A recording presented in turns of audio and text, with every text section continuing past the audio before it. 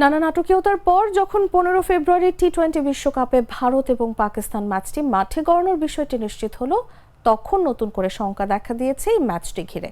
এবার সমস্যাটা প্রাকৃতিক। 15 ফেব্রুয়ারি কলম্বোর আর প্রেমাদাসা স্টেডিয়ামে ম্যাচটি অনুষ্ঠিত হওয়ার কথা, কিন্তু আবহাওয়ার পূর্বাভাস বলছে কলম্বোয় সেদিন তুমুল বৃষ্টি হতে পারে, যার ফলে টি-20 বিশ্বকাপে বহুল প্রতীক্ষিত ভারত পাকিস্তান ম্যাচকে ঘিরে বাড়ছে অনিশ্চয়তা।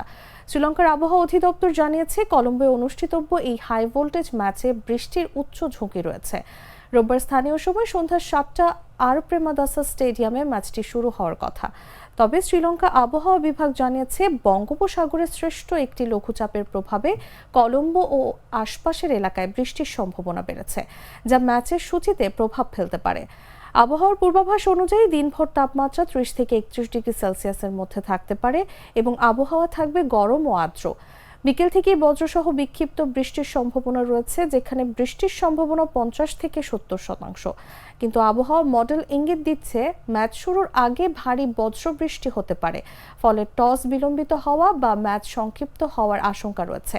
তবে রাত 8টার পর আবহাওয়ার কিছুটা উন্নতির সম্ভাবনা থাকলেও বিচ্ছিন্ন বৃষ্টির আশঙ্কা পুরো রাত জুড়েই থাকতে পারে।